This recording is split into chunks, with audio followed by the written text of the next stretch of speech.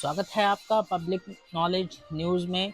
आज हम नए खबर लेकर आए हैं। फॉर्म 17C क्या है जिसे चुनाव आयोग सार्वजनिक नहीं करना चाहता। लोकसभा चुनाव 2024 में 5 चरण के मतदान हो चुके हैं। किसी भी चरण के मतदान के पूरे होते ही चुनाव आयोग मतदान से जुड़े आंकड़े जारी करता है, मगर ये अंतिम आंकड़े नहीं होते हैं। चुनाव आयोग किसी भी चरण के कुछ वक्त बाद कितनी मतदान हुआ उसका अंतिम आंकड़ा जारी करता है।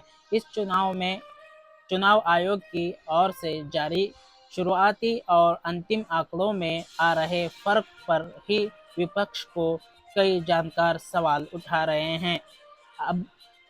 अब इस याचिका पर 24 मई यानी आज सुनवाई करते हुए सुप्रीम कोर्ट ने चुनाव आयोग को डेटा पब्लिक करने का आदेश देने से इनकार कर दिया।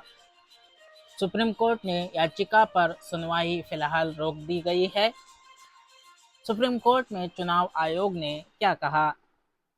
एसोसिएशन फॉर डेमोक्रेटिक रिफॉर्म यानी एडीआर ने अपनी याचिका में मांग की थी कि चुनाव आयोग मतदान होने के 48 घंटे के अंदर पोलिंग बूथ पर डाले गए वोटों की आंकड़ा जारी किया जाए। एडीआर ने अपनी याचिका में फॉर्म 17 की स्कैन की हुई कॉपी भी चुनाव आयोग की वेबसाइट पर अपलोड करने की मांग की थी। 17 मई को सुप्रीम कोर्ट ने चुनाव आयोग से इस मामले में जवाब देने के लिए कहा था। 22 मई को चुनाव आयोग ने सुप्रीम कोर्ट में हलफनामा दाखिल कर जवाब दिया। चुनाव आयोग ने कहा, वेबसाइट पर हर मतदान केंद्र के मतदान का आंकड़ा सार्वजनिक करने से चुनाव मशीनरी में भ्रम की स्थिति पैदा हो जाएगी। ये मशीनरी पहले ही लोकसभा चुनावों के लिए काम कर रही है। विपक्षी दलों की ओर से मतदान प्रतिशत की जानकारी देरी से दिए जाने पर भी सवाल उठ रहे थे। चुनाव आयोग ने ऐसे आरोपों को खारिज किया है। चुनाव आयोग ने फॉर्म 17C को ना दिए जाने के बारे में कहा, पूरी जानकारी देना और फॉर्म 17C को सार्वजनिक करना वैधानिक फॉर्मवर्क का हिस्सा है। इससे पूरी चुनावी क्षेत्र में गड़बड़ी हो सकती है। इन आंकड़ों की तस्वीरों को फॉर्म छेड़छाड़ किया जा सकता है। चुनाव आयोग के जवाब पर कांग्रेस का सवाल क्या है, जानेंगे।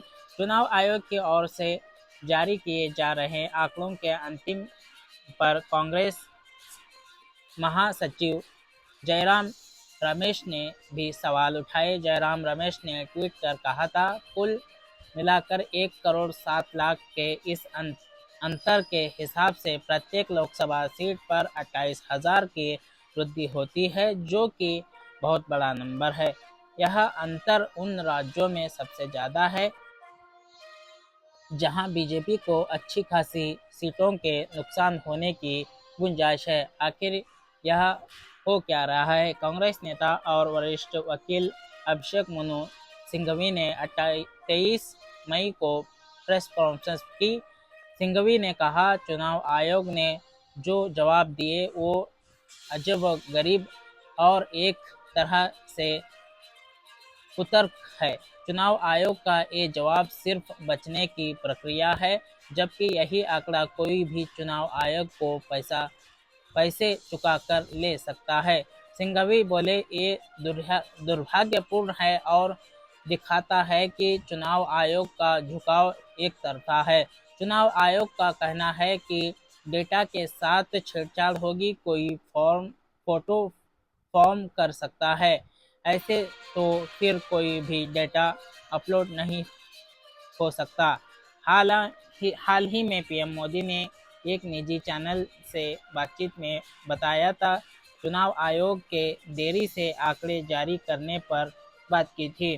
पीएम मोदी जी ने कहा था, अब जाकर चुनाव आयोग पूर्ण रूप से स्वतंत्र बना है।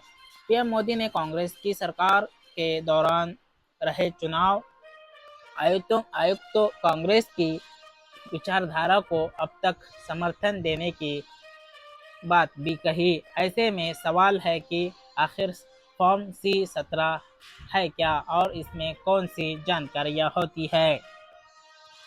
चलिए अब जान लेते हैं फॉर्म 17C क्या है। आसान भाषा में कहे तो इस बात की जानकारी कि एक मतदान केंद्र पर कितने वोट डाले गए हैं। चुनाव आयोग की वेबसाइट पर फॉर्म 17C उपलब्ध है। इस फॉर्म में ये जानकारियां भरी जाती है। ईवीएम किस सीरियल नंबर की है। मतदान केंद्र पर मतदाताओं की संख्या क्या है। 17A के तहत मतदाताओं के रजिस्टर में वोटर्स की संख्या क्या है। रूल 49AA के तहत उन मतदाताओं की संख्या जिन्हें वोट नहीं देने दिया गया। वोटिंग मशीन में दर्ज हुए वोटों की संख्या। बैलेट पेपर की संख्या क्या है। 6 पोलिंग एजेंट्स के हस्ताक्षर, चुनाव अधिकारी के हस्ताक्षर। इसी फॉर्म का एक अगला हिस्सा होता है जो मतगणना वाले दिन इस्तेमाल किया जाता है। इस फॉर्म में लिखा जाता है कि किसी एक उम्मीदवार को कितने वोट मिला है। कंडक्ट ऑफ इलेक्शन रूल्स 1961 के 49A और 56C के तहत चुनाव अधिकारी को फॉर्म 17C के पार्ट 1 में वोटों की जानकारी भरनी होती है। चुनाव अधिकारी को ये जानकारी मतदान खत्म होने के बाद पोलिंग एजेंट्स को मुहैया करवाना होता है। आज की खबरों में इतना ही। ऐसे ही खबरें देखने के लिए हमारे चैनल को सब्सक्राइब कीजिए, सपोर्ट कीजिए।